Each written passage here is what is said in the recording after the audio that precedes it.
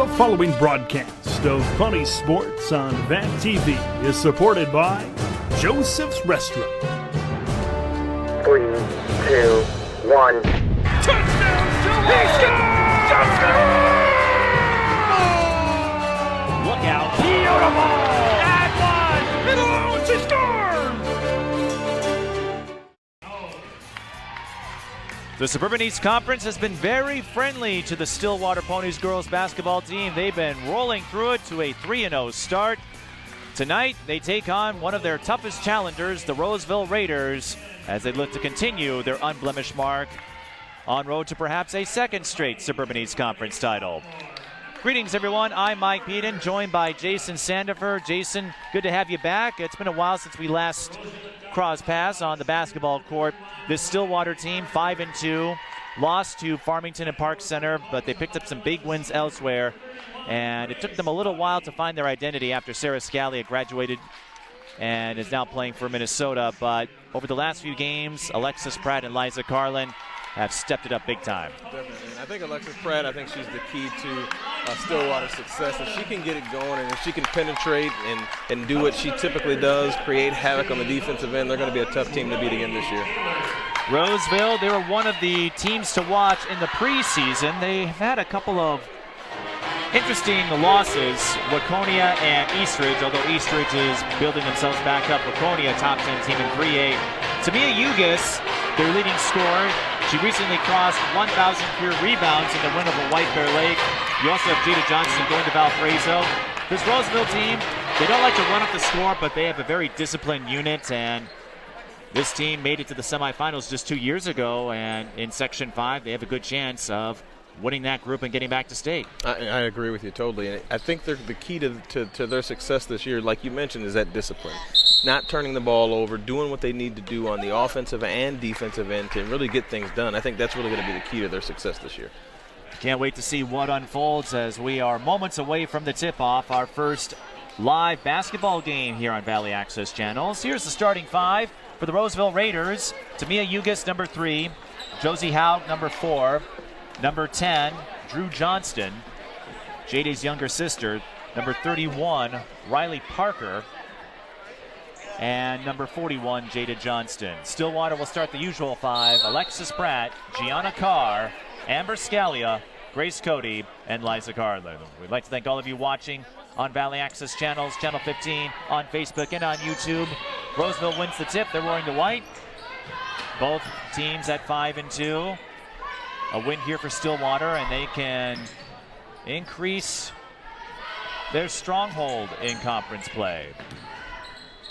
But Roseville, they played them tough.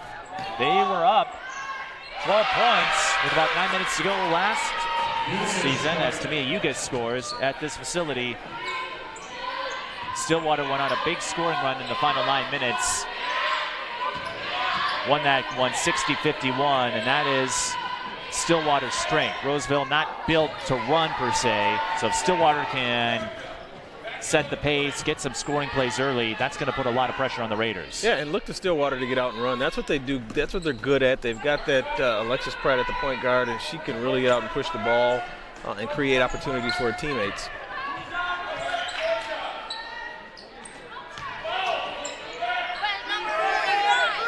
Johnston backs off. Roseville with a 2-0 lead.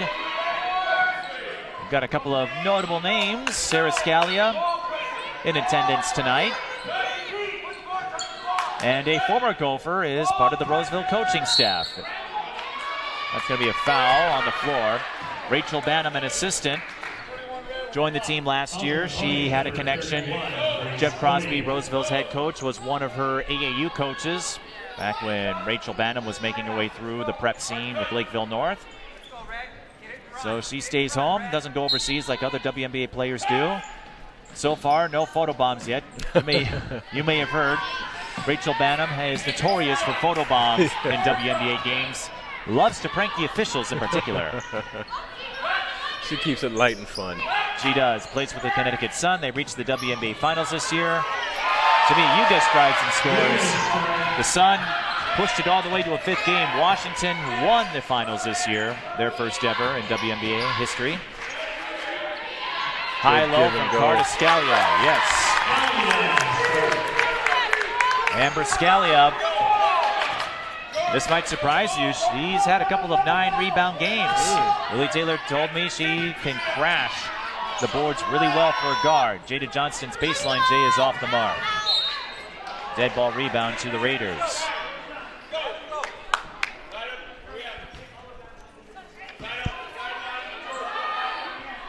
Amber Scalia averaging 7 rebounds a game entering this matchup.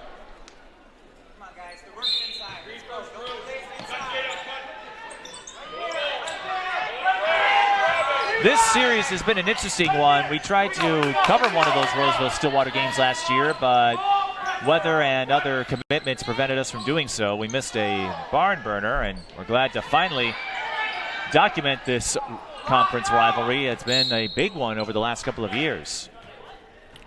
And so far on the offensive boards, Roseville seems to be winning that battle there. On Roseville, they've got some bigs. Jada Johnston, 6'1", Tamia Yugas, 6'3". Roseville starting out in a 2-3 zone. Alexis Pratt, deep 3, off the mark. Offensive rebound going to Josie Howd. Johnston finds Parker. Roseville will back it off. 4-2 early. We also like to thank fans who are watching this on CTV North Suburbs. That'll be a turnover on the Raiders.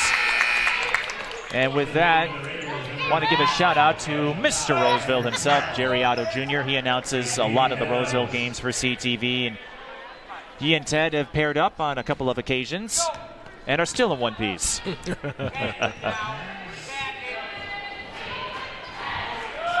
since I'm plugging buddies of mine, here's Liza Carlin for 3. She was knocking them down in the Cretin-Durham Hall game on Tuesday. Also want to give a shout out to my friend Latoya Turk, who is watching this probably poolside in Jamaica, vacationing with a friend, soaking up some rays, probably enjoying some mimosas. Grace Cody, 3-ball, no good. Carlin with the O-board. Yugas with the block. Tamia started her prep career at Highland Park, transferred to Roseville as a freshman, and found a nice fit. Jeff Crosby told me she's really grown over the last couple of years, and he feels Tamia has an opportunity to become one of the marquee figures of the 2021 class. And she started out this game pretty good here. She's got 4 points, a couple rebounds, a block shot, so she's off to a good start, Mike. That's a traveling violation. Unfortunate because Yugas had Regine Meadows on the back door there.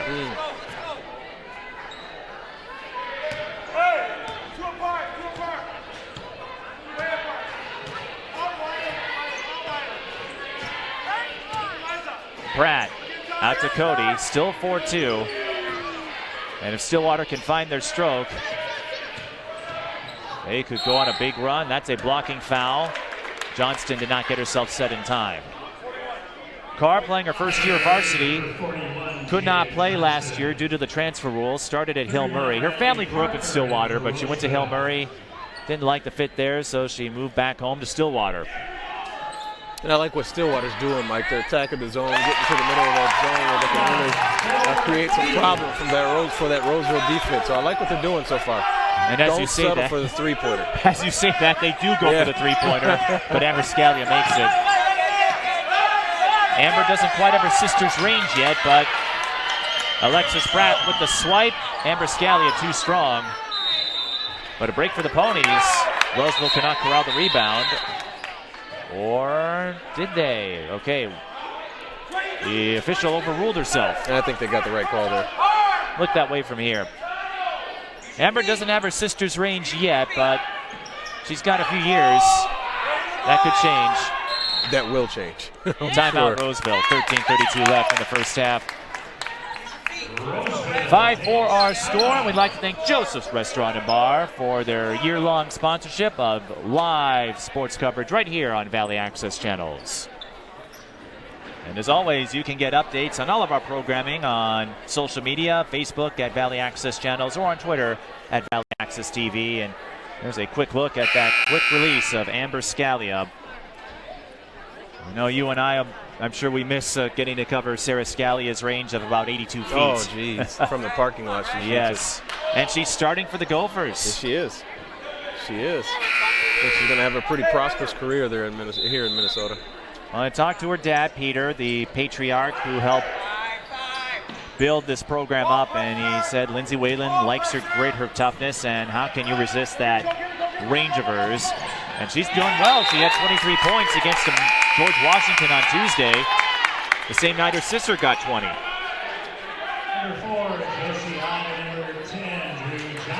Stillwater forcing the turnover, 13:23 left in the first half. That's a good look for Stillwater, too. That full court press that they're doing right now is causing problems for Roseville. Pratt out to Scalia.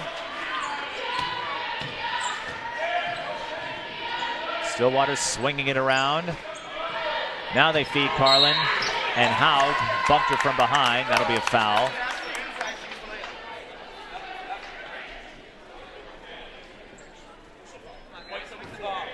That will be the first on Josie. Josie, a 6-foot senior.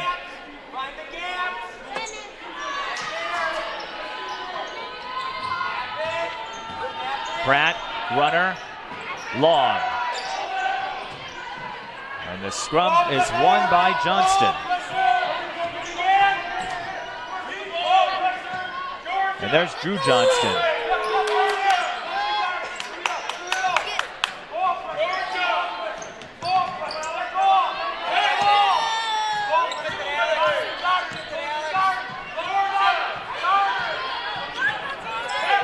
Jeff Crosby told me Roseville's still getting their legs under them. When folks look at the score and wonder, as that's a late foul on Carr, you wonder how Roseville would lose to Eastridge or Waconia. Again, Eastridge not a pushover, Waconia a team to watch in 3A. Roseville so far, they haven't had any blowouts for or against. They either win them close or lose them close. Jada Johnston knocking down the front end. As we noted, going to Valpo. Played volleyball for a time. Decided to focus on basketball this year. Makes both free throws.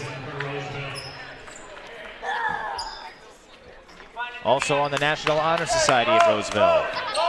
5th-year varsity player, 4-year starter. And her free throws give the Raiders a 6-5 lead. Roseville's going to sit in that zone. Stillwater's got to find a way to attack the middle of that zone. Continue to attack the middle of that zone. That's tough to do with the length of Roseville. Howe, Ugis, and Johnston.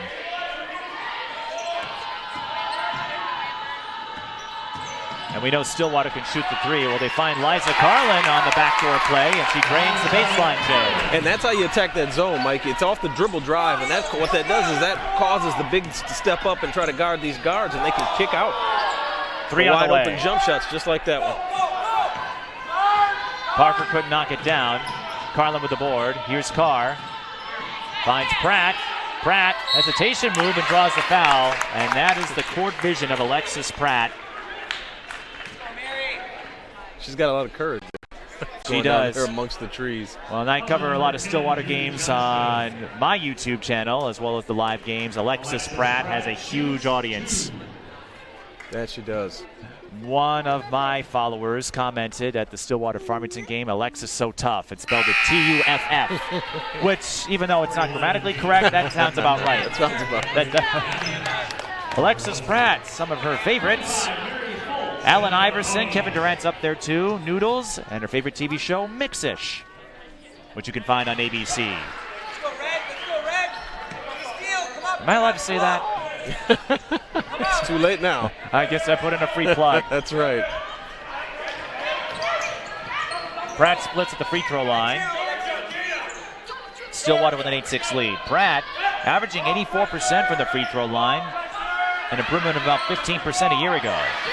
And this defense that Stillwater is in, Mike, is not quite a zone, and it's not quite a man-to-man. I think we would consider that a junk defense. That's a junk defense. And I'll say this. It may be a junk defense, but they're anything but garbage. Yeah, indeed. You can send that defense to the recycling unit. They're creating some chaos, some havoc here.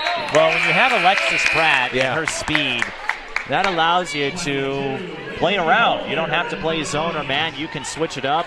Alexis Pratt, she can get a lot of steals. But with Stillwater speed, what it allows you to do as well is you can take some risks, right? Because you got players who are quick enough to recover. There's Lizzie Holder, the sophomore. Air balls the three. Mary Foltz able to save it. And Carlin is fouled. Still 2 to give. Pratt, she's been a darling ever since she put on a Stillwater uniform as a 9th grader. And Liza Carlin, the swimming basketball crossover, idolizes Elena Deladon, who won the WNBA title with the Mystics. And Missy Franklin, who had that incredible 2012 Olympic run. There's Liza Carlin, the Marquette recruit, training the runner. Liza following her mother's footsteps. Her mother, a graduate of Marquette. And there's that pressure defense again of Stillwater.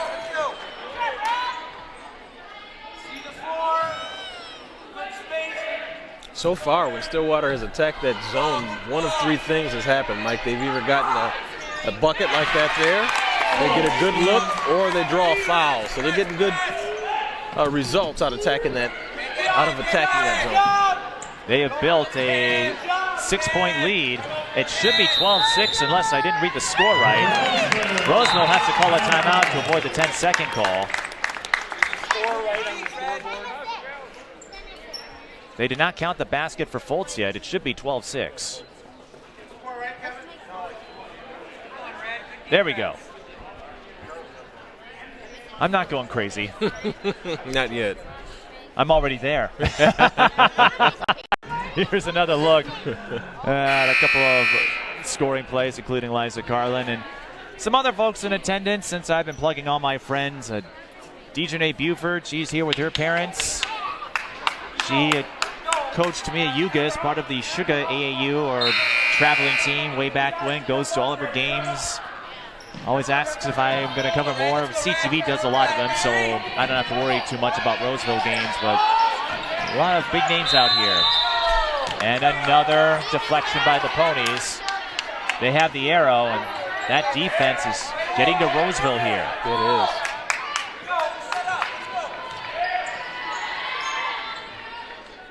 Amber Scally in her 3rd year on varsity.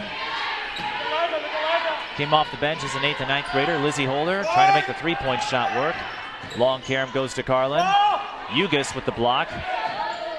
Ugas a volleyball basketball crossover. Roseville now is just having a hard time getting the ball into the front court, Mike. And Stillwater adept at the full court press. That was a staple of Willie Taylor at St. Paul Central. No different here. Ugas spin move. I think Foltz got a piece of it.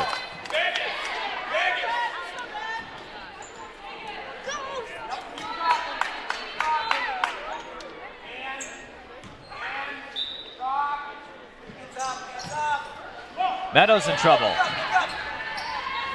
Here comes Carr, 1-on-1. Count it. Gianna Carr gets on the board, and when she's not hooping up, she likes to write poetry. And some of her favorites. Diana Taurasi, her favorite player. Cheese and crackers, her favorite food. And girls incarcerated. I did not know that was a TV show. It is, Micah. Now, what kind of cheese and crackers? Because there are a lot of varieties. That's what I want to know. You're absolutely right. Because I'm partial to Triscuits and cheddar. I like Gouda, pepper jack. I'll have to find out. I'm a Gouda fan myself. How can you go wrong with Gouda? Smoked Gouda. Yes. Roseville's got to do the same thing Stillwater's been doing, which is attack the middle of that defense. They're having a tough time penetrating. Johnston Getting it to Ugis to avoid the 5 count. And Stillwater, you see, right up on their defenders here. And Roseville throws it away. Other players, other teams will back off, give them some space. Stillwater gets right up in your face. They do. And Roseville's just got to take a deep breath right now, calm down, and again, try to get the ball to the middle of the floor. And they've used up their 3rd timeout.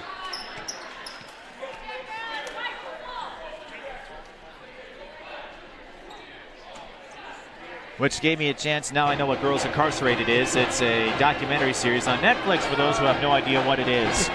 It's amazing with smartphones what you can do. Stillwater Pep Band in attendance for this one. That is the sound you're hearing, and there they are.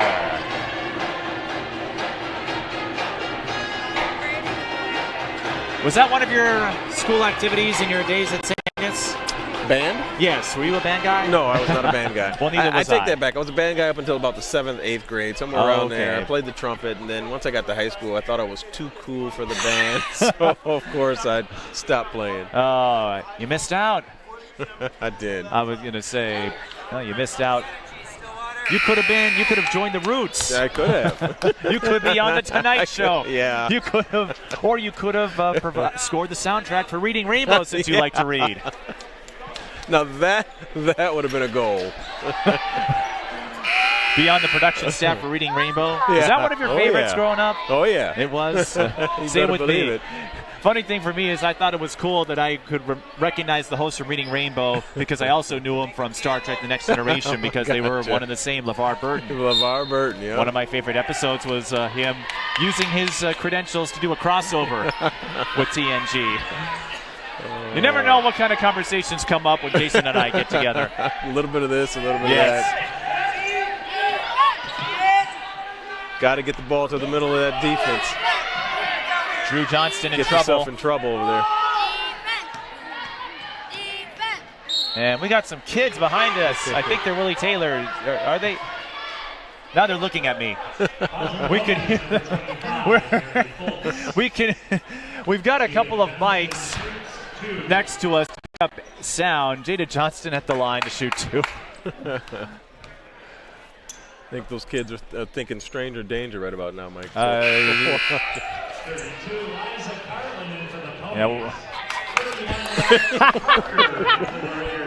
Jada Johnston. She'll play all 5 spots on the floor. Has developed her outside game. One of the perennials at Roseville. One of the instrumental figures in getting them to the semifinals in 4A 2 years ago. Big deal for the Raiders. Another block by Tamia. Good job. She does a good job of just going straight up, standing her ground, not coming down with those arms. Stillwater leads by a touchdown, 14-7.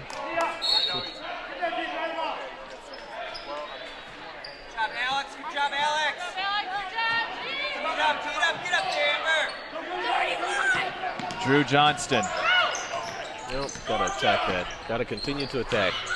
She finds Ugis. There you go. Jada Johnston with the assist.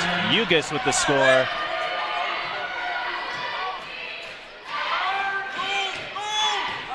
Ugis becoming more aggressive on offense over the years. Not the speediest kid out there, but tough to guard inside. She is. Smart kid, too. Very smart player. A lot of my friends who either coached her, some of my fellow beat writing colleagues, they've all said to me, Ugis has a bright future.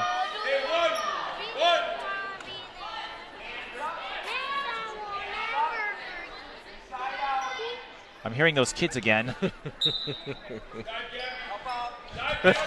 Ted, those mics are working.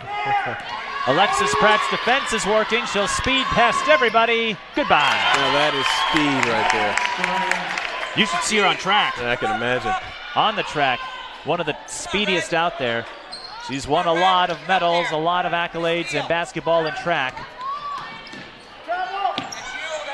And one reason why, there she is again, gets a deflection. She is everywhere, Mike.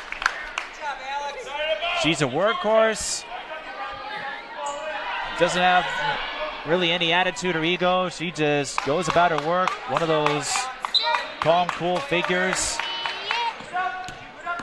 Her motor never stops. It's like the Energizer Bunny Rabbit. It just keeps going. And one of her There she biggest is again. fans, yes, thinking about the three, but using that first step to her advantage. Offensive rebound is tapped to Cody. Carr, 3-ball. Off the backboard, stays in play. Another offensive rebound for Cody. Pratt will try the 3. No, Carr, up and in. And all these offensive rebounds pay off. They do. And they need them when they're missing the amount of threes that they've missed so far. They're going to need those offensive rebounds. They continue to shoot like that. Well, second chance points, one of the metrics. That's a walk on Ugis.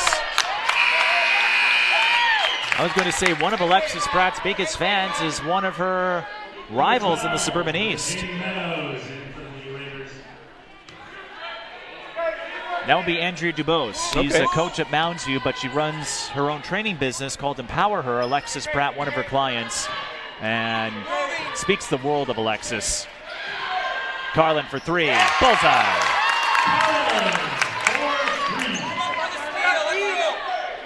Liza Carlin up to 7. She dropped 34 against Cretin-Durham Hall on Tuesday. Could have made a run at the single-game school record set by Sarah Scalia, but Stillwater was up by a whole bunch of points, so you don't need to rub it in. Roseville, another timeout. They have just one left, so if they run into trouble here in the later stages, this could be something to watch. And I think what the coach is trying to do is he's trying not to let this game get away from them early on here. Because I think he knows if they get down early on here, they're going to be in trouble. They're going to have to climb their way, crawl their way, fight their way, scratch their way back into this game. And historically, with the way Roseville plays, it's harder for them to play from behind. They like to get up and dictate the tempo, play some more deliberate sets. There's Liza Carlin in that three-point range, the stretch 4 we talk about. Everybody can shoot now. It's not like the days when you played. No. If you were a post player, that's where you played. You played on that block or in that paint. Not anymore. There are those kids again. Oh. I think they're Willie Taylors or somehow related to him because his wife is right behind us, along with his daughter. One of my fellow broadcasting colleagues, Eric Jimson, we did Minnehaha North St. Paul boys earlier this week. He noted what the Golden State Warriors have done, what you've seen from James Harden and the Rockets.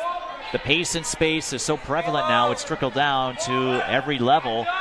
And with the three-point shot having more value than twos, you see more post players launching from three-point range. You do. Some of the old school folks, they lament the lost art of your bang-em-up bruisers.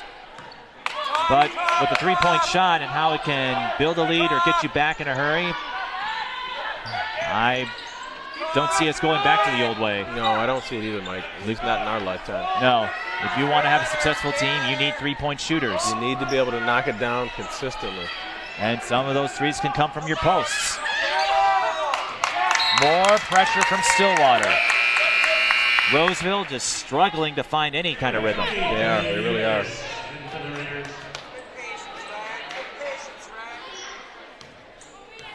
And like you said, Mike, if Roseville gets down, because they don't score a ton of points, so if they get down here early, it's really going to be tough for them to get back in this game. They usually don't get above the 50s or 60s. You rarely see them reach 70. There's a miscue on the Ponies, but they still have a 12-point lead. Roseville got the early jump, but it's been all Stillwater in this half. Ponies, one of the highest scoring teams in Class 4A last year. And it looks to be no different this year. They've had back-to-back games in the 90s. 97 on Woodbury, 91 on Cretin-Durham Hall. Ugis will shoot 2.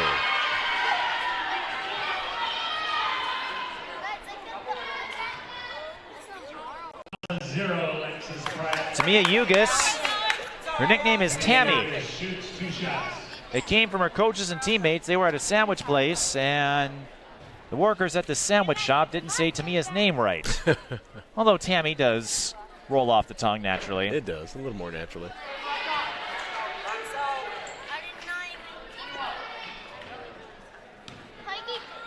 Crossed 1,000 points as a sophomore last year. Capable of stretching the floor with her perimeter shooting, although her strength is down low. And just a real sweet, modest kid. I've gotten a chance to connect with her over the years. Real happy to have the opportunity at Roseville. Started her career at Highland Park. One of those sentimental favorites. Carr with the steal, Pratt with the finish. The more I watch Stillwater, the more I see Gianna Carr getting involved. Yeah. Doesn't score a lot for the Ponies, but she's getting better and better with each game. Yeah, and she doesn't have to score a lot at this point. No, she's got 3 big scores. Some folks are wondering how she would contribute. Yeah, they weren't necessarily blown away by her abilities, but she only had JV to play with last year, and JV's a little different than varsity, as you know. Right. Now we'll stay with the Ponies, and the official had to leap over Reginae Meadows, number 12. Roseville starting to be a little more active, a little more aggressive on the defensive end. You like to see that if you're the coach. They'll need to step it up on offense as far as efficiency goes, because they still trail by 14.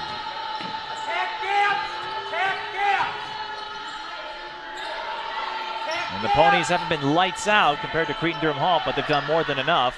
Liza Carlin knocks down another 3. Liza's starting to get hot here. Liza in position to reach 2,000 points for her high school career. Her stats from Central count. Carr with the deflection, and the ball goes to Carlin's hands. And at this point, Mike, Roseville just doesn't have enough shot attempts to actually be in this game. They can't seem to hold on to the ball. They keep turning it over. So it's just a matter of numbers, not enough shot attempts. And here we go again. And Stillwater doesn't give them much of a break. Ugis with the putback. Stillwater doesn't play as long as Hopkins does when it comes to that full court pressure, but they're doing more than enough. Ugis with 8 points. The rest of the Roseville team just 3. Scalia side fade. Off the heel. The long carom will bounce over to Drew Johnston. Looking up with Reginae Meadows, and Amber Scalia fouls her.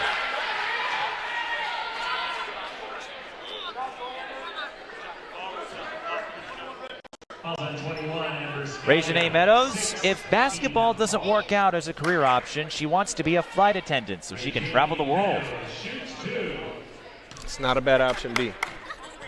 Also plays on the track and field team, or I should say participates, I guess you can play.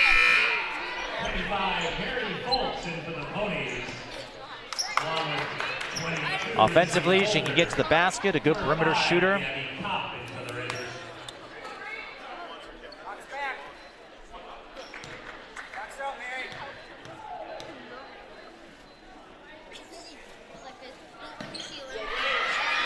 Meadows splits at the line, 26-12. 2:20 to go in the first half. Stillwater controlling this one, as they have done throughout the Suburban East Conference teams. Mary Foltz at the walk.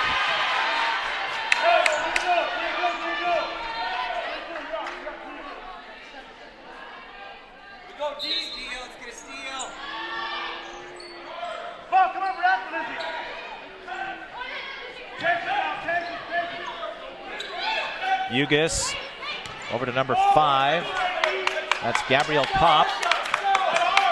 Another volleyball basketball crossover. Stillwater still kind of staying in this matchup zone, if you will. Seems to be working. Why go away from it? If it ain't broke, right? Don't fix it, Mike. You better believe it, buddy. Pratt got the poke. Amber Scalia, you see her on the run out. She'll shoot 2. Amber Scalia, a softball basketball crossover.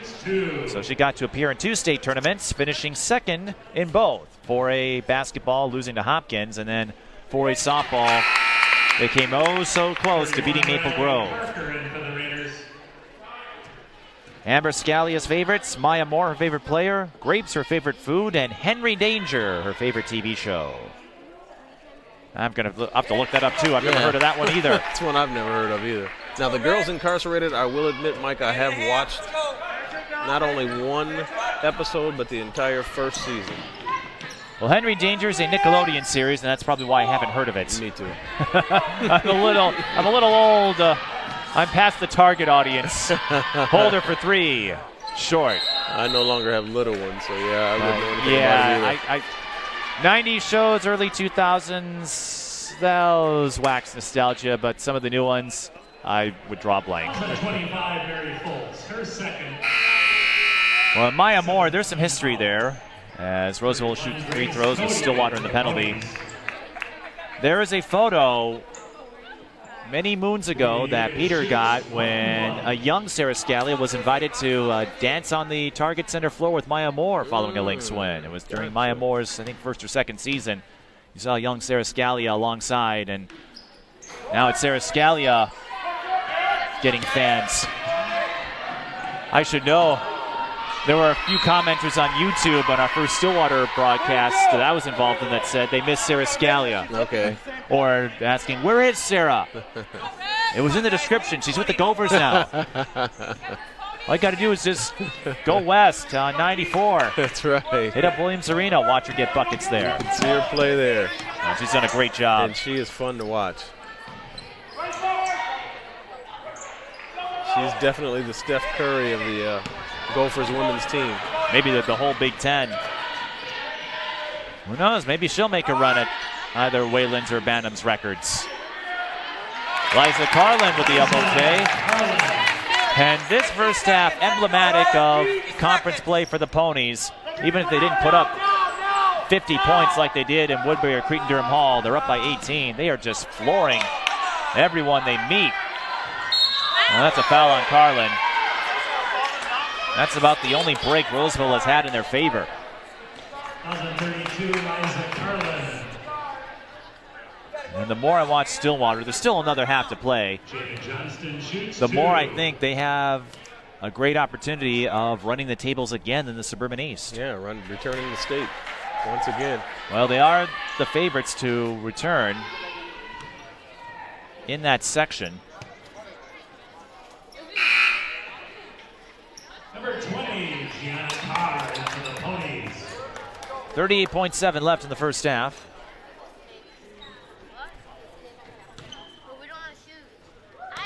Roseville can get a stop and get a bucket here. Give them some momentum, a little bit of momentum going into the halftime here. And Johnston knocks down a couple of free throws. Looks like they might try to Stillwater might try to sit on it and get the last shot here. Now Roseville trying to play up, get them to work that 5-second clock. But you're right, I think Stillwater will hold for the final shot. No shot clock yet here, although we might see it soon. A lot of the coaches want to see that happen, even Jeff Crosby at Roseville. You might think otherwise, but he wants to see it. Yeah, I'm not against it. Pratt does fire, no good. Roseville will get one more try. Rita Johnston fires, no good. Well, we'll have a chance to discuss some shot clock ideas when we return, but Stillwater with a 30-14 lead over Roseville.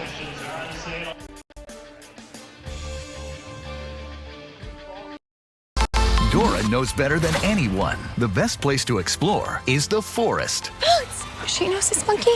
Of course, she knows this monkey. Experience nature. Let's go. Connect with family. I love you guys. And find your own adventure in a forest or park near you. Let's do this. Come on, Boots. Wow. Visit discovertheforest.org to find a forest or park near you. There. Can I tell you a cat joke? Just kidding. Why did the girl ask the mushroom to dance?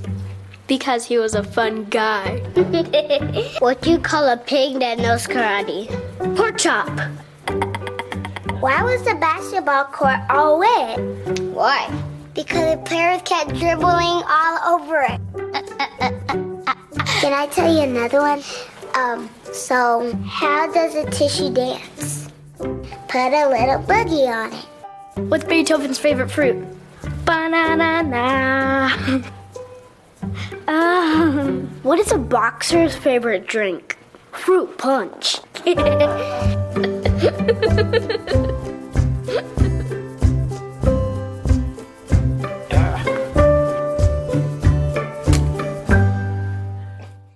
For more than 40 years, Joseph's Restaurant has had your favorite pies and been a can't-miss stop for breakfast, lunch, and dinner. But have you stopped in lately to see what's new at Joseph's? A new and improved bar area is great for meeting some friends or watching the game. If you're a little toasty inside, come outside on the patio at Joseph's to enjoy your meal in the fresh Minnesota air. Whether past or present, Joseph's is the place to be, right off Highway 36 in Oak Park Heights. Strike up the band because the Stillwater Ponies have a 30-14 lead over the Roseville Raiders in Suburban East Conference play right here on VAC TV. Mike Peden alongside Jason Sandifer. Jason, a dominant first half for the Ponies. Roseville got the early edge, but much like their other conference opponents, Stillwater has found a way to use that pressure defense and turn it into points. Definitely. Their pressure defense has given them, like I told you earlier, it's given them a lot of difficulty. Roseville just is not getting enough shot attempts right now. They're turning the ball over before they get a chance to even get a shot up, so that's really hurting them. They're going to have to pick that up this second half, take care of the ball, and get some shots up. And one of the trends over the last couple of games, Liza Carlin and her scoring in the first half against Cretin-Durham Hall, she was outscoring the entire team. Not quite at that level here, but she has 12 points to lead the Ponies. Roseville as a whole just 14 points, 8 of them coming from Eugis. Roseville has a lot of work to do, and again, their style of play makes it a little difficult to work the way from 16 down. It does, and I think this second half they may have to come out of that zone, Mike, because if I were Stillwater right now, I'd sit on the ball, I'd kill as much time as I could, I'd make them come out of that zone and play a little man-to-man defense. I think Roseville's going to have to do that if they stand a chance at this game.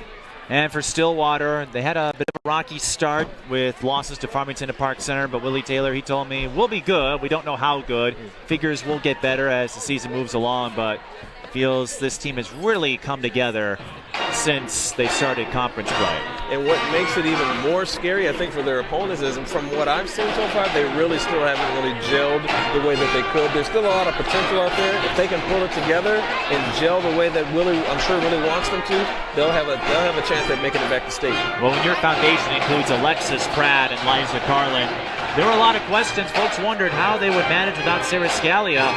You have to remember, outside of Sarah, they brought back just about everybody. Unfortunately, Delaney Wayner can't play because of her ACL injury, but there was a lot of continuity and chemistry on the Stillwater team. Yeah, and like you said, they really have to find their new identity now. Now that Sarah's gone, it's who's going to pick up the slack. And I think from what we've seen so far, Alexis is definitely capable of doing that, and I think she's going to do it, and they're going to look to her to do it more as we move along in the season here. Speaking of identities, what do you make of my new outfit? It's my first true ugly Christmas sweater. And I like it, Mike. I'll tell you that much. I'd wear that one. You wear that one. Well, you'll have to go to the site in the UK to find it, but you can never beat a pop culture reference, especially one where you have a Christmas tree designed in the style of a Pac-Man level. So it's been getting all the rave reviews on social media. So yes, I am a narcissist, and so I have to plug myself. No, we like to have fun, as you know, on Valley Access channels. We don't take ourselves too seriously. So Jason, what would you like to see out of Stillwater? I know you said they haven't gelled completely yet, although each game they're getting closer and closer. Yeah, what I'd like to see from Stillwater going further, as we move further along in the season here, is I'd like to see them continue to play the type of defense that they're playing, which is scrappy. Again, I don't know if it's a zone. I don't know if it's a man. It's kind of somewhere in between. Like I said, I call it a kind of a junk defense, but they're causing problems. They're causing havoc on the defensive end of the board, court. They're getting turnovers, and they're doing what they need to do to get a W. Some other notables, Amber Scally with 7 points, Alexis Pratt with 5. But Alexis, there have been some times where she's been the leading scorer in the last couple of games. Hasn't needed to put in a ton of points because of the steals, the dimes she drops. With Stillwater, those losses to Farmington and Park Center, it may hurt them for state tournament seeding because they'll look at head-to-head with the coach's seed, but the way they're playing right now, they have a chance of making another deep run. Yeah, and what I like about Alexis is she does so much for this team, Mike. She's not just a scorer. She doesn't just give them what they need on the offensive end, but she's on the defensive end. She does pretty much everything for this team, and that's what you want to see out of a young player like Alexis. Alexis Pratt, the do-everything figure. Don't let her 5'3" frame tell you otherwise. She's a scrappy one. She's a scrappy one. Well, no wonder why she fits in that jump defense. Yeah. She collects all the scraps. That's right. Well, we're going to get our jump back together, and we'll give you the second half in a moment. This is High School Girls Basketball on VAC TV.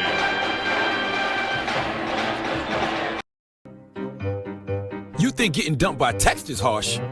Try getting dumped by a tennis ball. My ex-owner drove me out to the woods, yelled fetch, and by the time I brought the ball back, he was gone. But the folks at the shelter helped me let go of my anger. I learned coping skills, like taking it to the hole. Boom! Now I'm ready to fetch again. Me and my boy Matt had it good. He had catnip that was off the hook. But one day, he brings a girl home, and she's allergic to cats. Every sneeze was a nail in my coffin. Now I'm in a shelter. It's decent, but they don't even have Wi-Fi.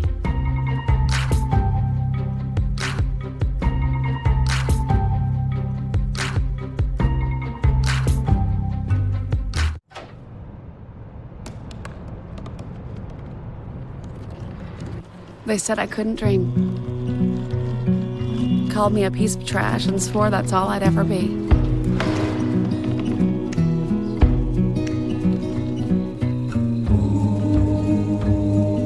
Said a bottle couldn't see the ocean.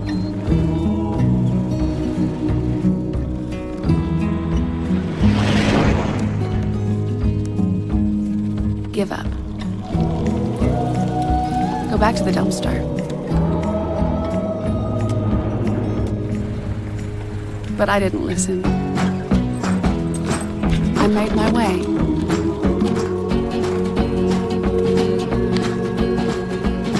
And now, I am what I've always wanted to be.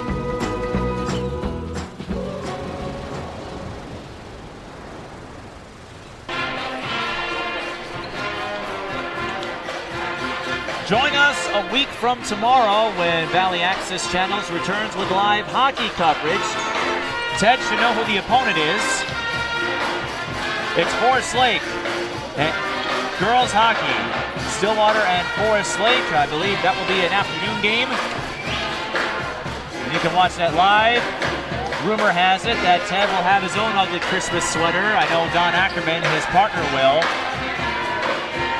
So mark this tape, and if Ted doesn't follow through,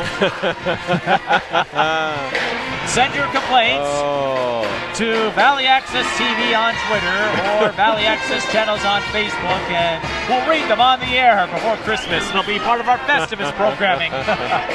Ted, there's a whole lot of accountability now, buddy.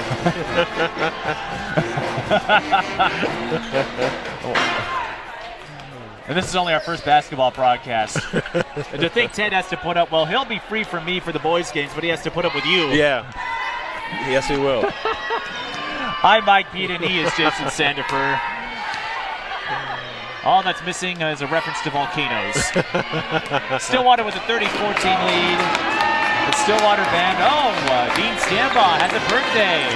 Some of his fans, there they are, saluting Dean. Dean and Willie Taylor both spent some time in Hamlin, and Willie Taylor last week, or 2 weeks ago, picked up his 500th career coaching victory in high school hoops. That's nice. That's a nice feat. Nice. I wonder if he has another 500 in him. Based on the amount of hair that he's already pulled out, I would say probably not. Well, you since you play a maximum of 32 games, yeah, you would need at least 15 or so. Yeah, somewhere 15, around there. 15, another 15 years. 15, 16 years, yeah. And there's Sarah Scalia, Stillwater's all-time leading scorer. Her mother, her father, the whole Scalia clan. And her younger sister out there hooping it up. Alexis Pratt, another steal. Can't get the finish there, but Alexis making her presence known. Does she ever get tired, Mike, is my question. No. I've seen her play, and she just gets after it all the time.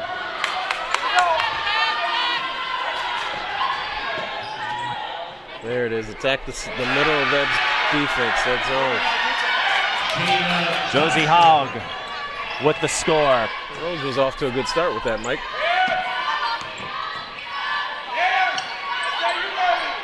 But can they work their way down from 14? Yet to be seen. Pratt for 3. No good. 3-point shooting, not one of Pratt's strengths. So, although free throw shooting wasn't last year, and she's worked on that. That's improved significantly, and so sometimes it takes some reps, and it takes a lot of work. It does. Jada Johnston, her 3 goes in and out, but if you follow Alexis, whether it's here or social, all the commentary and conversation surrounding her, I don't think they knock her too much about distance shooting. She brings so much, like you said, never gets tired, works hard, gets after it. Doesn't complain. Nope. And in a sport that isn't friendly to short people, Alexis at 5'3", she's a reminder that you can hustle. You can find ways to make your presence heard. And I'll never forget Andrea Dubose at one of her training sessions told me when she got to work with Alexis, she said she knew she was ready to go. She was far and beyond most of her other clients. Very skilled. And number 21 skilled as well. Starting her first year on varsity, came off the bench the last 2 years, and now with her big sister starting for the Gophers, I've got a feeling we'll hear a lot more about Amber in the years to come. Pratt to Scalia, Carlin, high-low to Cody, deflected by Johnston. And that's what Roseville needs. They got to get some stops. Can they turn them into points? Meadows out to Johnston. Sister, 3-ball. No good. Ugis with another rebound. Turn around. Liza Carlin blocks it. Pratt's got it. To Carr. 3. That one barely touched iron. A dead ball rebound to the Raiders, and Willie Taylor will call a timeout with 15:39 to go. And so far, neither team has really found their rhythm in this second half here. Last year, Stillwater picked up their first 20-win season in the 21st century. They finished 28-3. The last time they got to 20, you have to go back to 97-98 when they went 21-4. Ted and I were half our size, if that. I won't say where I was at or how old I was. Here's some more favorites for you. Grace Cody, one of the starters. Her favorite athlete is Trey Young. Jimmy John's is her favorite food. I wonder what her favorite sandwich is. She works at Nelson's Ice Cream, so I wonder if she gets a sandwich at Jimmy John's and then gets a scoop at Nelson's. Sounds like there's a little bit of conflict of interest there. And her favorite TV show is Friends, which is also the favorite TV show of Liza Carlin. And I'm sorry to say that was a show I never got into. Which one's that? Friends. Me either. Wasn't able to get into that myself, Mike. Riley Parker scoring off the entry pass. What was the show you got into? What were your favorites? You know what? I grew up in a different era, so I like the Jeffersons. I don't know if you remember the Jeffersons. I know the Jeffersons. There's Grace Cody for 3. I heard of that one. Yep. What you talking about, Willis? And the Jeffersons, if I recall, was a spin-off of All in the Family. One of the many ones. Yep. I think Maude was another one. Yep. Maude was one too. Liza Carlin, the Friends fan, probably knows all about Central Perk and Smelly Cats. I know some of the references. I've never watched the show. It's kind of like Seinfeld. I know the references, haven't seen an episode. Seinfeld was one that I didn't watch until after it was actually off the air. It was the reruns that I got involved into. Well, if you like old school TV, Mary Foltz, her favorite TV show is Dynasty. There you go. Now that I would not have expected. Oh, yeah, I can remember that one.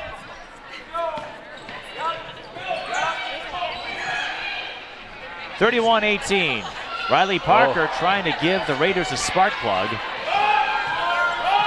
Carr with the rebound. The Raiders have the right idea the second half, at least, Mike. They're attacking now. They're not sitting back waiting to get trapped and turning the ball over. They're at least attacking the rim. Pratt's open for three, knocks it down. Too easy. That was too easy. Not a defender in sight. That gets her up to 8. Foul on Cody. Well, some of my favorite shows will be indicative of the era I grew up in. I was a big game show guy, so Wheel of Fortune, The Price is Right, Jeopardy were staples. American Gladiators, remember that one? Oh, yeah. Family Matters, Home Improvement, Full House, those were all programs I watched. Yeah. Ted knows what I'm talking about. That's going to be a foul on Carlin.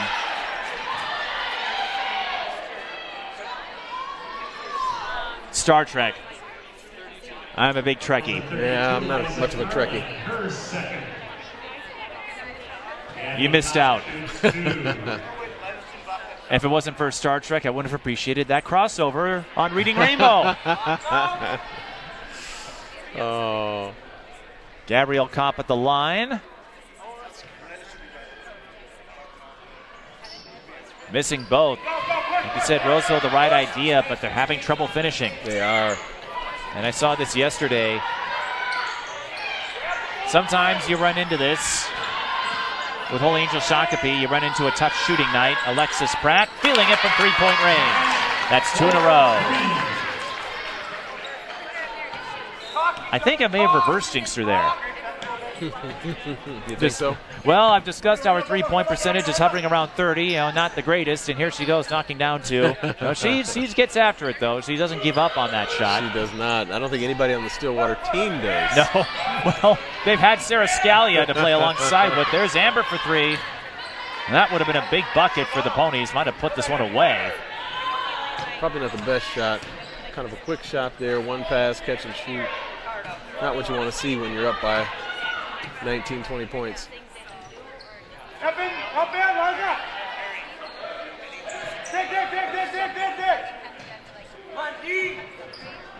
13:20 left. It's been all Stillwater, which has been the theme since Suburban East Conference play began. And Stillwater has another winnable game next Tuesday. Behind the back pass from Scalia to Cody. Oh, that didn't work out. Nice pass, though. Stillwater gets White Bear Lake next week. The Bears have struggled in the early part of the season. And then Stillwater will play a rare 3A team in non-conference play. Next Thursday, they will go on the road to face Simley. Town Square Television will have live coverage of that game. And they'll simulcast it for you Valley Access viewers. And then they'll take the holidays off. They have historically. They don't do a lot of holiday tournaments. But they have picked up a few more invites. They got the Tip-Off Classic, the Hamlin Invitational. They will play in the new Hall of Fame Classic on January 18th, where they will have a rematch with Hopkins. And that Invitational, much like the Hamlin one, will have a shot clock. They will have a shot clock. Yes, 35 seconds. Which had little impact. Both Roseville and Stillwater play at that Hamlin invite, and both told me they'd love to see a shot clock, but it really didn't affect the way they play. I can't imagine it affecting Stillwater. They come down pretty quick and get shots up pretty quick, so I can't imagine it affecting them too much. So Josie Howe got the line. Her real name is Anna. I'm guessing Josie's a nickname, middle name, or you know how that goes. Somewhere around there, yeah. Third year on varsity. Also does volleyball and track. A 3-sport athlete for the Raiders. Hogg up to forward. Remember, Roseville has just one timeout left after they used up a bunch. They burned 4 in the first half. That's a rarity. I don't know how you were. Well, you had kind of a different timeout usage coaching the Lakers. Liza Carlin, that's Sarah Scalia range, and it's pure. Yeah, we try to condition our players to to the point that we didn't need to call many timeouts, at least in the first half. So we focused a lot in practice on conditioning, strength and conditioning. Well, in the league you played in, as Fultz gets the block, they play with pro rules, so the timeouts work a little differently where you're required to use them at certain points. And Rascalia, right. Yeah. And Rascalia's drive does not go in. So you wouldn't burn necessarily 4 timeouts and a half on your own. No.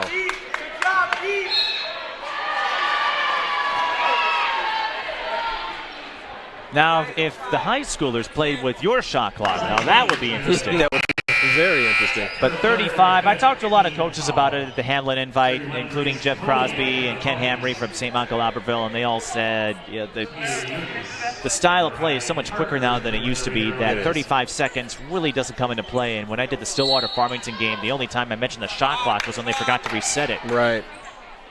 Carlin with the steal. Not once did you hear me say 10 to shoot, 5 to shoot. And where it's going to come in handy, Mike, is when you're talking about playing possession basketball, you're getting down to the last 4 or 5 minutes. You're maybe down by 6 or 8. Now that shot clock comes into play. Right, when you're up by 2 possessions and you start playing keep away. A lot of coaches, including Crosby, which might surprise you as Carlin drains the reverse. And Roseville will use the last timeout. You might think the way Roseville plays, they wouldn't want it. But Jeff said, I'd like to see it. He feels it would create a better atmosphere for the kids that want to play in college. And just for the game overall, it would be a better product because you would have to play sets out. You can't just hang on to the ball and play keep away. But 35 seconds, a lot of teams execute their plays within that time frame. If it were 30 or 24, you might see some changes, but 35 seems to be that happy medium. And I think that's a good place to start for the at least on the high school level, is the 35-second shot clock. And then maybe once you get adjusted and acclimated to that, you can move it down to 30. But I think 35 is a good place to start. I think that's a good starting point. Well, the feeling is if the high school league doesn't put it into place, Wisconsin and the Dakotas both have it, the National Federation will. Much like they did with soccer and restricting substitutions as far as clock stoppages. So with soccer, the National Federation that sees all 50 states put in a rule that prevents you from running the clock. So if you sub and you're leading with less than 5 to play, they'll stop the clock. So if the National Federation decides to make it a thing, one way or another, I have a feeling it's only a matter of time. I know cost is a concern for some schools, but the tipping point is either going to be the high school league or the National Federation. And I think you're right, Mike. Well, and Crosby pointed to the restricted zone that was put in place last year as a way of improving the game, improving spacing, and keeping folks from getting too crowded down there. Now, my desire would have to have one universal three-point line. There you go. And here's why.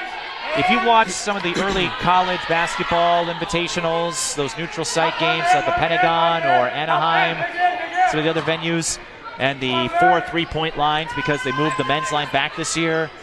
They won't have their line. The high school have their own line, and the NBA has their own line. It can be real confusing. It can be. Alexis Pratt. Good moves. Good moves. Alexis Pratt. Who needs a 3-point line when you can get 3 the old-fashioned way? Yeah, when you got speed like that, and you can use that hesitation move like she did. As we see right here, she hesitates. She goes by the defender, and then she goes up for a shot, 3-point play. Well, within 3-point range, she's shooting 50%. Outside, again, still working on that. Season high 25. Averaging 4 assists and 4.4 steals per game. It feels like she would have more steals the way she plays. Yeah. That's not bad, though, averaging close to 5 steals a game. That's a foul on Lizzie Holder. That is the last to give for the Ponies, although with a 25-point lead and 10-14 to go, they are in good shape here.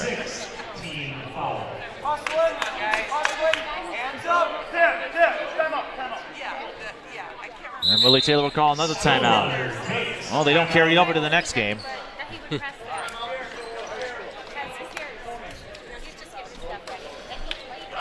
So let's go through some more favorites. And now I'm getting into some of the JV varsity crossovers. Well, Delaney Wagner unable to play this year. Here's a look at the Alexis Pratt three-point play and that hesitation move you spoke of. That first step and the hesitation. Like I said, you should see her out on the track. Makes her tough to guard, I'll tell you that. Well, Delaney Wagner, she will get to continue playing college basketball in River Falls, where Blake Dudonis is the head coach. His wife, a member of the Minnesota coaching staff. And his wife is the daughter of Mike Tebow, who won a WNBA title with the Mystics, his first as a coach. Wagner's favorite athlete is Steph Curry, also a Jimmy John's fan. And again, going back to how we are old, boring adults, her favorite TV show, Wizards of Waverly Place. Oh, I remember that one. I do. My sister was into that one. Okay. Kind of the vehicle for Selena Gomez. Yep. Lexi Carlin, who will get back to action soon. James Harden, favorite food is chicken. Didn't say what kind of chicken. And New Girl, which I also am familiar with. Not familiar with that one. There's a lot of Friends fans in the Stillwater roster, and Jada Johnston getting the Plinko bounce. But unfortunately, we can't award her $10,000 here. She'll have to settle for 3 points. Cody, three ball. No good. Yugas with the rebound, and she's fouled by Pratt. Chance for Yugas to pick up some points at the line.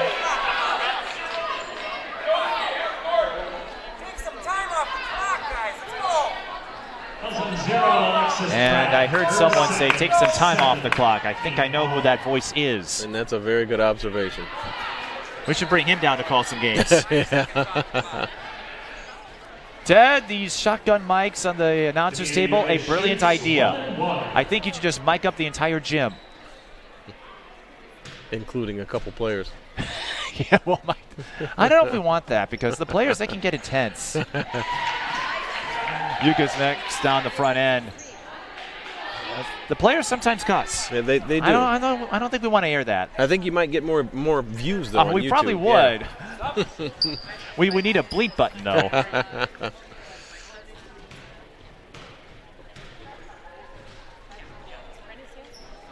Yugas knocks down both free throws. That puts her up to 10.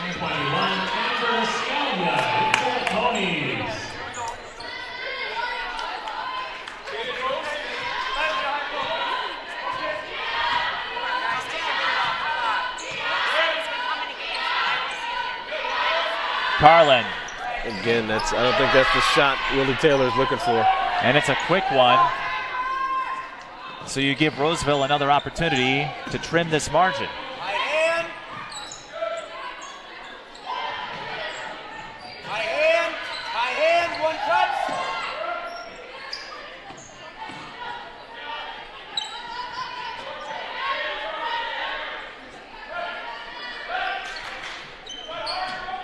Haug on the top of the key finds Drew Johnston. Once again, Roseville having a hard time penetrating.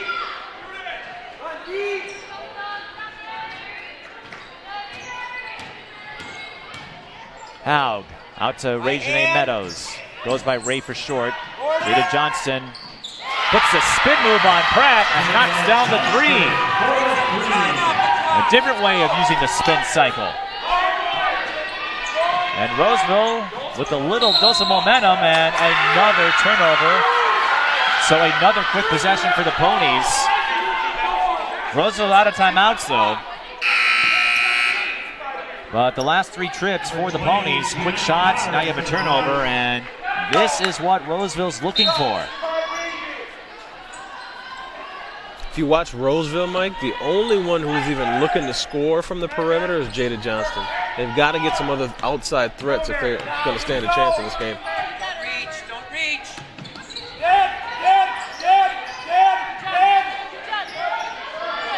Don't reach, G. There's Johnston. Finds Meadows. There's the three you were looking for. Her three-pointer is short. Dead ball rebound to the Raiders.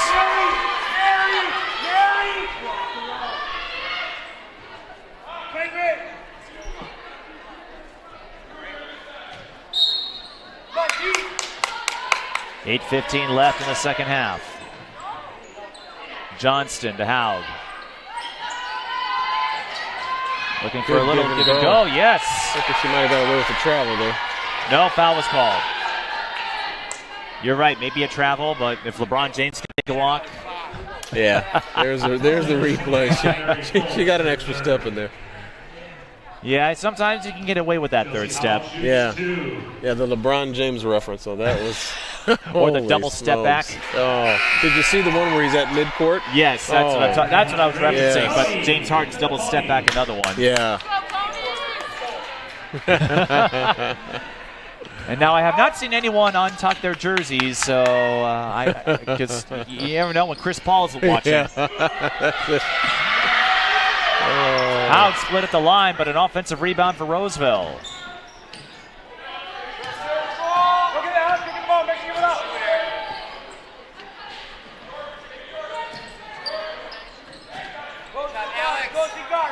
Roseville looking for a sign of life here.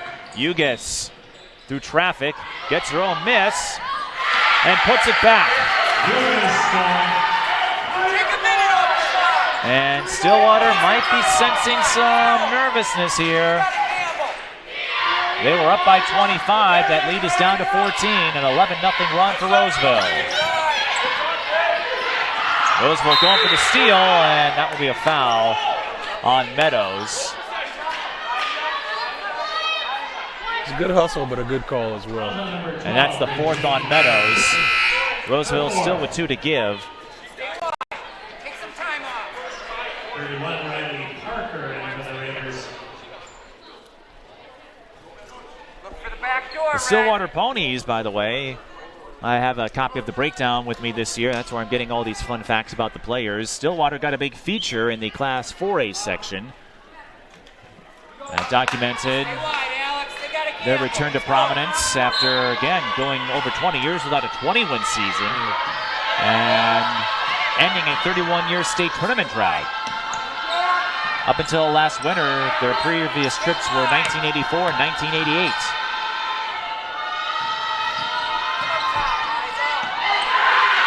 Another steal for the Raiders. Here comes Drew Johnston. She'll shoot 2.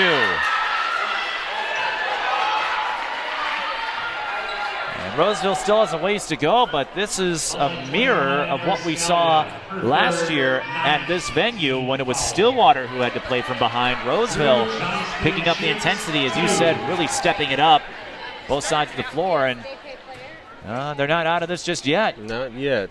I like their intensity on the defensive end. Drew Johnston, the 5'8 freshman. Her older sister was really excited to play alongside her this year.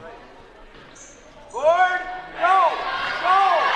Next year, they'll be in different states. Blocking foul.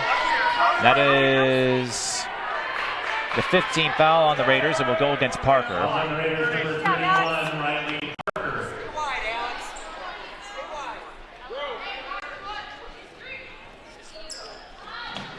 Cardiscalia. Now Carlin, top of the key. Can't get the bounce. It seems like over the last few minutes, Stillwater has gone away from the inside after Pratt's three-point play. They've been settling for threes. Yeah, they've fallen in love with that three-point line right now. It's not working in their favor. And Roseville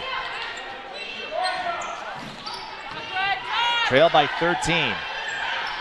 If they could score here, well, they'll get a chance at the line, and Roseville's in the double bonus the rest of the way. And I like what Roseville is doing right now, Mike, but one of the things I'd like to see them do more of is just attack. They're waiting too long to get a shot up right now, and time is not on their side. And they have no more timeouts to stop the clock because they used 4 of them in the first half. Tamia Ugis, a steady hand at the free throw line, and that's another element that has changed. You know the old trouble about post players not being able to shoot from distance. Well, you see them knocking down threes. More of them can hit free throws at a reliable clip. And that doesn't mean they're 100%, but Roseville slowly inching closer. It's down to 12. A few minutes ago, it looked like Stillwater was going to coast out of here. Roseville bringing the pressure again. Drew Johnston with the strip. Riley Parker. She's got a lane. Gianna Carr able to deflect it. So Roseville will have to settle for a side out, but another stop. Now they just have to convert off this, Mike. And as we said before, Roseville, they don't get blown out. They don't get a lot of blowouts in their favor. All their games are usually close. Ugis with a step-back move. I'm not sure if that's what you want out of her. That's not what you want at this point. And Ugis has a lot of strength down low. I think she would have been better trying to attack it. A traveling violation is called. If Roseville, they could score, especially if you get a three-pointer here. How big would that be? It would really make things interesting.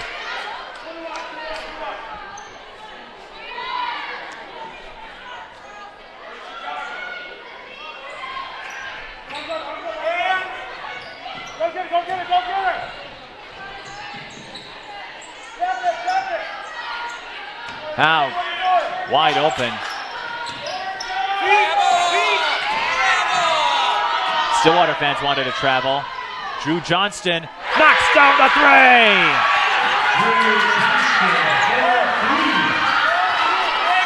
And just like that, with no timeouts to help them, Roseville on a 16-0 run.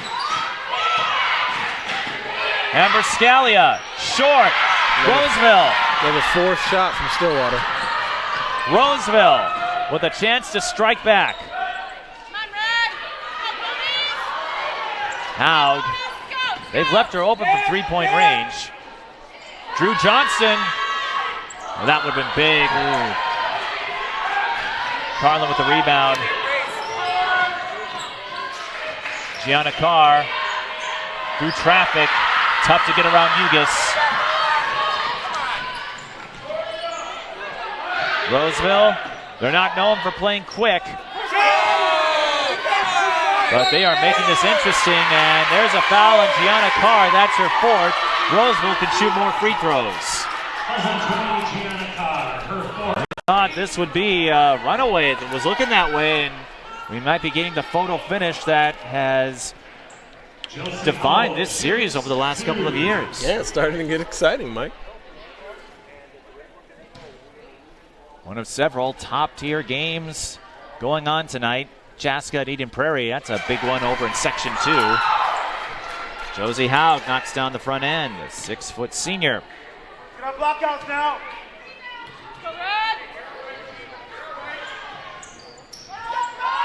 And Roseville, no slouch. Well, they're 5-2. Usually a contender in Section 5. Park Center, one of the favorites. And they haven't given up here. They're still fighting.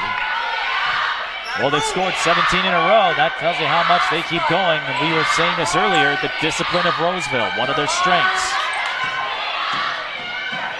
Playing from behind, not always their forte, but they're doing a good job here. They draw an offensive foul on Grace Cody. And the bench in jubilation. This would be big for Roseville because, as I said, they're not used to playing from behind. They don't always do well in that situation. And here they are giving the 5th-ranked team in Class 4A a run.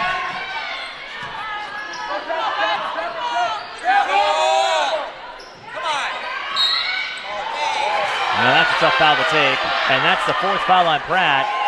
So Stillwater, they've got several players here in foul trouble, and Roseville can get closer. If Roseville is able to score a win here, that would really jumble up the Suburban East Conference standings. And don't forget Eastridge and their young guns, their freshmen, got a win over this Roseville team. So you have to think if Roseville's watching this, or Eastridge is watching this tape, they might feel like they have a chance compared to a year ago. They can keep drawing fouls and scoring at the free throw line. They really stand a good chance. That's how they're doing it. It's a 6-point game. 4 minutes to go. 21-0 run. The Ponies have been on a long drought here in terms of scoring.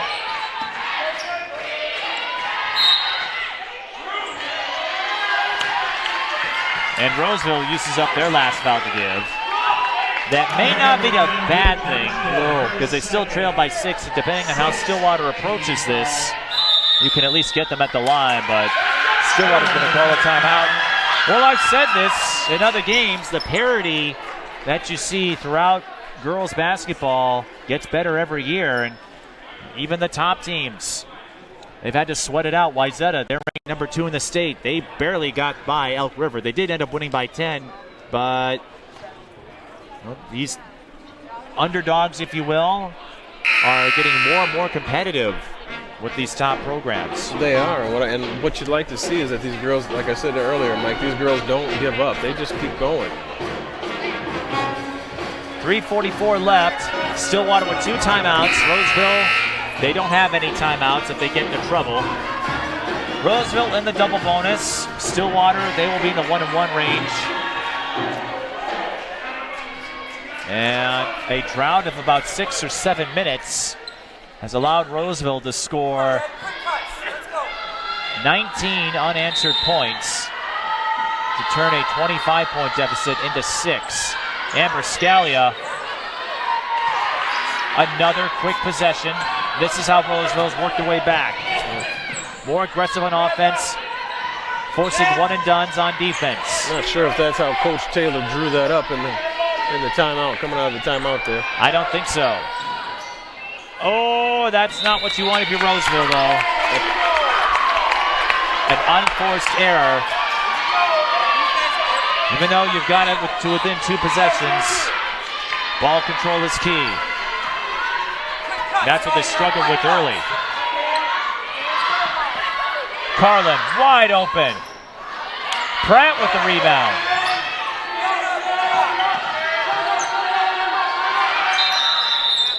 A foul away from the ball. No, a timeout was called instead. So Stillwater with 1 remaining.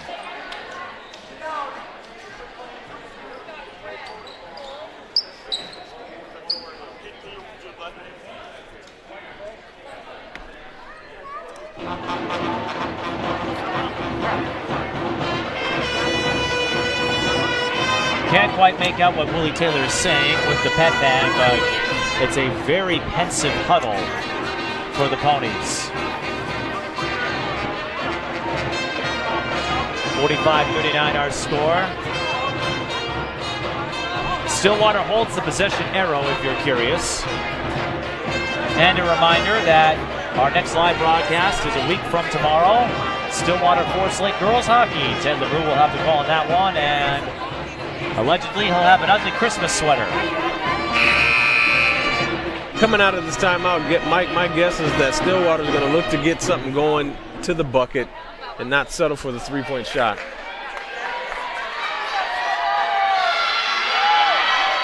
They've had trouble penetrating inside over the last few minutes. Well, and you know, even in conference play, you have some ugly ones that you just got to sweat through.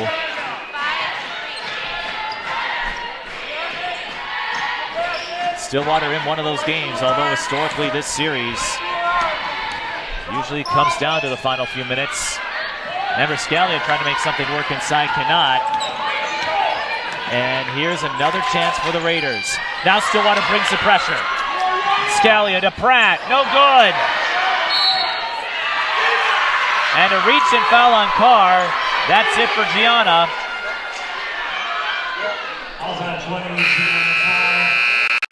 Let's take another look at this. Well, we won't get to. It did not look like a hard foul.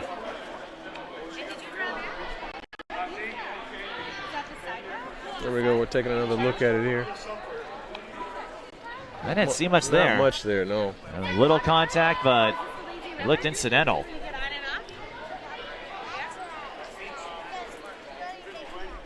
You get 30 seconds to find a substitution. That's why both teams are waiting it out here. So Holder will go in. And don't forget Alexis Pratt also has 4 fouls. So Carr will finish with 4 points. There's another look as Drew Johnston goes to the line and has a chance to cut this margin to 4. Yeah, not much contact there, Mike. Yeah, that's a tough way to pick up your 5th. I'm not sure I would have called it in that situation, but it is what it is. So Stillwater, they've got some rough seas to navigate here. As Drew Johnson splits at the line, but that makes it a 5-point game. They trail by 25. And comebacks of this magnitude are rare, but Roseville in position to do so. 2.5 minutes left. Roseville may have to come out of this zone and look to go man-to-man, Mike. And if you're Stillwater, do you work the clock? Yeah, at this point, you got to get them out of the zone. You're a coach for Roseville. You got to get your girls out of the zone.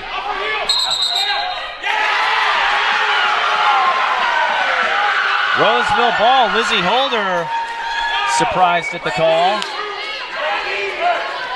And we've got ourselves a photo finish. Yes, we do.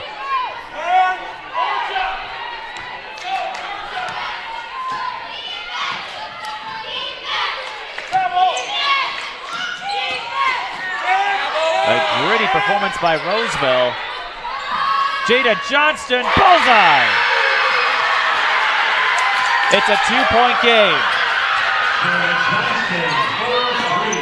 Jada Johnston up to 13. And Liza Carlin draws the foul. I didn't see this coming. The way Roseville was playing up until the 10-minute mark, they were just struggling to get anything going. They were. And as you noted, they just turned up the intensity, attacked more often on offense. And now the pressure's on Stillwater. And I think it helped them out, too. It looked like in the second half, it seems like Stillwater has neglected to put on that pressure that they did in the first half, which caused all the turnovers. I think that's helped them out a little bit as well. Big free throws here for Liza Carlin. She knocks down both. Liza Carlin bumped up her percentage to 60 after the Cretin-Durham Hall game. And hitting both makes it a 2-possession game, which gives the Ponies some breathing room. That ends the scoring drought as well. Carlin with the block. Jump ball, Stillwater with the arrow. Liza Carlin coming up clutch here when Stillwater needs it most.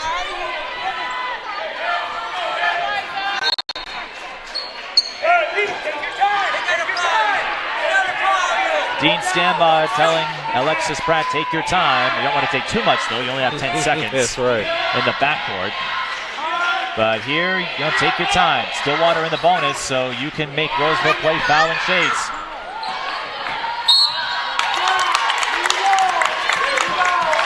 Now Alexis Pratt, 84% coming into this game. She's worked on that significantly. She was shooting just under 70 a year ago. Now Stillwater will have a 2-possession lead regardless, but a chance to pad their lead. 1-and-1 situation. Alexis Pratt makes the front end. If you're Roseville, you got to get that ball inbound quick and get it up into the front court and look to score. One way or the other. And Stillwater knocking down free throws. So even though it's been about 9 minutes since their last field goal, they're clutch at the line. They got to get up. They got to get going, Mike. They got to get across half court here. And what does Stillwater do? They go back to the full-court pressure, and it results in a turnover. As you said, they would have waited on that for a while. That allowed Roseville to work their way back. They go back to it, and now they have a chance to put this one away. You got a foul. At this point, you got a foul. Wasting too much time. There's the foul from Drew Johnston. That will send Amber Scalia to the line. Amber, 667, averaging 14.9 a game. And 4.1 assists. Amber, one of those guards that gives you a little bit of everything. Much like Layla Chacolas at Hopkins a year ago. So if Amber Scalia can make even one of these, it should allow Stillwater to exhale in relief. And there's one.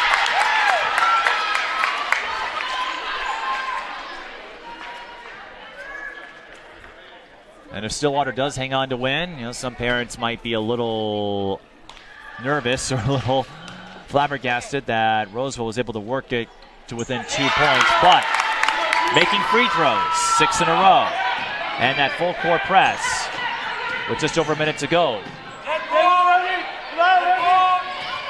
That's going to be the difference here. Jada Johnson 3 way off the mark, but we've got a foul, and it's going to be on Roseville. So while some Stillwater parents and fans might not be thrilled about nearly coughing up a 25-point lead, as we've said, sometimes the great ones, you got to win the ugly games. It happens all the time in the NCAA tournament, and even in the pros. Every team has that one stinker that they just got to get through. Definitely. The ugly wins, as we call them. Yes. And it looks like that's what will happen here, as Amber Scalia will shoot 2 more. And give props to Roseville. As we said, it was a surprise that they were trailing by so much because they don't blow teams out. They don't get blown out. They work their way back within 2. As you know, it takes a lot of effort, though, to come back from that far down. It does. You expend a lot of energy. Another steal for the Ponies. Amber Scalia, they're not going to force it now. 30 seconds. Stillwater will pick up another win. They'll go to 4-0 in conference play. And even though they haven't made a field goal since the midway point in the second half, 8 free throws in a row. Alexis Pratt shoots 2 shots. And that's what you want to see. It is, and I think if she can seal these 2, if she can knock these 2 down, it's going to seal the game. You want to see, well, again, how do you handle difficult situations? Knocking down free throws is one of them. Those are free points, and that's going to be one of the positives you take as Alexis Pratt gets a friendly bounce. That puts a total up to 18. And Stillwater, 10 straight free throw makes. So a 10-0 run from the free throw line. You don't see that often. After Roseville scored 23 in a row. Another turnover, and Stillwater, they had to sweat for it. But they will go to 6-2. Roseville will fall to 5-3, and the Ponies will maintain their undefeated mark in conference play. The buzzer sounds. Stillwater wins 55-43. A big win for the Ponies. We'll unpack the significance of it when we return. You're watching high school girls basketball.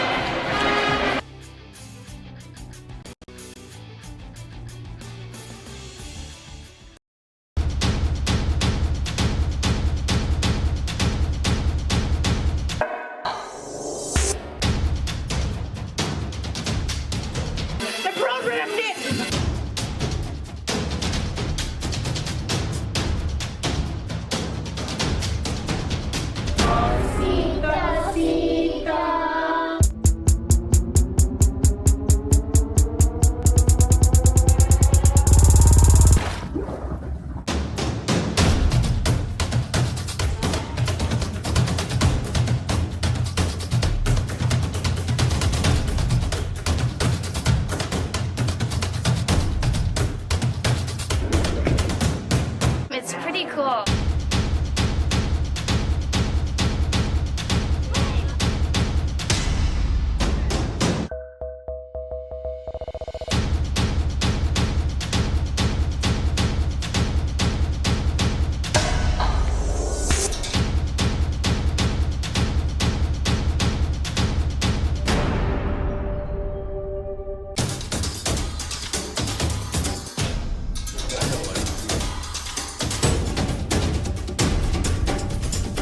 Mr. Dennis McDonough.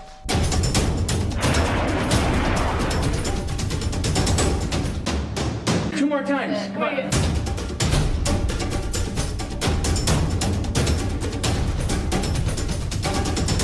It's gonna collect in some kind of a basin up here.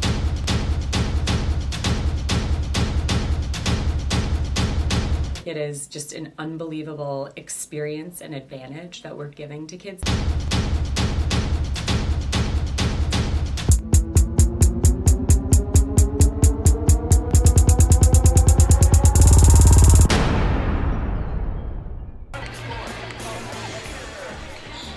Well, Jason, we got a show. Not quite the way we thought it would turn out, but Roseville coming back from 25 down, got within 2. Stillwater goes back to their bread and butter, the pressure defense, a 10-0 run at the free throw line. And the Ponies, it wasn't easy, but they stay undefeated in conference play with a 55-43 win over Roseville. They do, and it says, like you said, it says something about you when you're able to pull out these ugly, what we call ugly games, right? It was the pressure defense that afforded them the 25-point lead in the first half, and I think it was the lack of pressure defense that allowed Roseville to get back into this game in the second half. And on top of that, Roseville dialed up the intensity on offense, attacking more often. And when they got to within 2, you saw the energy from the Roseville bench. How big is this win for the Ponies? After they rolled through Park of Cottage Grove, Woodbury, and Cretin-Durham Hall, how significant is this win? I think it's not necessarily significant in the win column, but what it shows is that there's some resiliency there. They didn't give up. They could have easily just kind of gave up when they saw Roseville coming back. They stuck with it. They pulled it out. Again, it was an ugly win, but they were able to win nonetheless. Indeed. Tamia Ugis leading the Roseville Raiders with 13 points. And on Stillwater's end, Liza Carlin picks up 20 points. Alexis Pratt finished with 18. Amber Scalia with 11. So not what Stillwater's been used to scoring compared to their recent games, but the free throw shooting, as we noted, Alexis Pratt has really stepped up in that department. Liza Carlin, she's found her footing after a rough start. And Amber Scalia hit a few key free throws late. Those are things that will help the Ponies, whether they're up by 2 or 20. This was a character-building win. Definitely, and as a coach, you want to see that. You want to see your team to be able to knock down those free throws coming down the stretch to seal a win like this. In a situation like this, as a coach, what do you tell Stillwater? I mean, I'm sure no one likes almost losing a 25-point lead, but you do get the win, so it's a little easier to take those lessons, I imagine. It is, and I think in the locker room right now, I think Coach Taylor's going to focus more on the positive aspects of the game, and then he'll get after those negative or the areas for improvement in practice itself. So we'll see how Stillwater responds. They play White Bear Lake on Tuesday, a winnable game for them, and then a big game against Simley, one of the top 10 teams in Class 3A. Next Thursday, Town Square TV will have live coverage of that one. Well, I can't wait to see what Stillwater does. Again, they're looking better and ran into a rough spot tonight, but emerged victorious. And they're still the favorites to win the Suburban East. They are, and I would still say that they haven't quite gelled the way that probably Coach Taylor would like them to, but when they do, you better watch out. This is going to be a dangerous team. Well, they are dangerous no matter what time of the season it is, and we will see them again in February as far as live coverage goes, February 7th against White Bear Lake. So it'll be a little while before we're back on the live coverage airways, but we'll have some games in January that will air on tape delay on Valley Access channels, including that game with Hopkins, White Zeta, Forest Lake I know is off to a better start than expected, so a lot of great contests for the Ponies, and we'll do our best to stay on top of girls basketball and all our winter sports. Our next live broadcast is hockey, Stillwater Forest Lake at the St. Croix Rec Center. Ted LaRue will be on the call for that one alongside Don Ackerman. And once more, if you don't find ugly Christmas sweaters for Ted, send your complaints to Valley Access TV on Twitter or Valley Access channels on Facebook. Ted, it's on you now. I had my sweater. Ball's in your court. Until then, for Jason Sandifer, I'm Mike Beaton. Thanks for watching.